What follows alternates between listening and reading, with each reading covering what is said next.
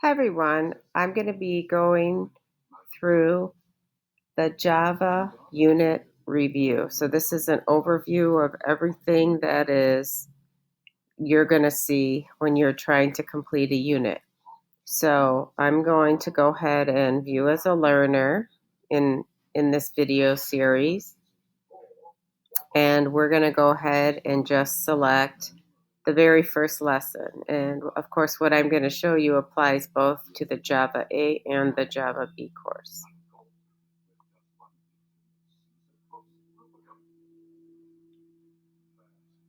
Now, I'm going to go ahead and click on the first unit. And what you will see here is a series of activities that you are going to do.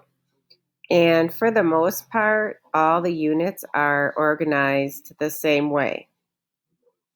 They will start with a unit reading. This will take you to the electronic text where you will be presented the new information for the section. I highly recommend that you go through the program code, make sure you understand it, and take some personal notes because that'll really help you as you're moving forward in the course. The second part of the unit is going to be something that we call visualize. And this may contain like a PowerPoint or a video to explain some of the concepts that you're learning. So it's presented to you in a different way for those visual learners out there.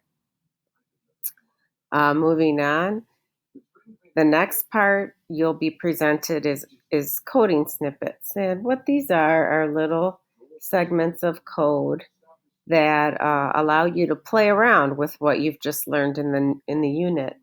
Sometimes you'll be asked to add some code based on, or add a feature based on a description to a code segment, or you may be given a complete program and asked to find and correct all of the errors. And of course, this can vary.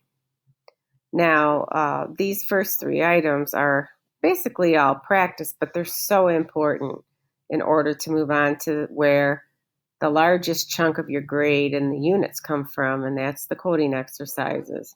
So this can vary anywhere from, 6 to 15 coding exercises in a unit, so they're not all the same. Now, in each one of these, it'll open up a sandbox. And in the sandbox, you're going to see that your code is basically started. It's given a name, the opening and closing brackets. There'll be a very detailed description on the left explaining what you're supposed to do. Then you're going to modify the code that's in there and add what is needed in order to complete the programming tasks. You'll get a chance to run your code. If there are errors, it'll tell you. You can keep working on fixing the errors until you get them all right and you get the desired program output. Now, I'm going to tell you that it's very important that your program output, if you're told for it to do something or print something specific, has to be exact. Capitalization and punctuation and spacing all matter. Once you're done with the coding exercises, you'll have a chance to run the checker, and hopefully you'll get 100%. And then you can go ahead and submit it. And it is auto-graded, and then it'll go right in the grade book. Now, the second to last section is called Review, Reinforce, and Practice. And this can vary quite a bit. You might have some flashcards, crossword puzzles. There might be some self-tests that you can practice or quizzes. And this is not graded. The very last section is also worth a lot of points. And this can vary somewhat, but there will be a quiz, something called Two Truths and a Lie, where you're given 3 statements and you have to identify the lie. And then the last 2 things are complete programs that you will be writing based on some kind of program description. And you'll be writing these from scratch. They are typically called a game zone and a case problem.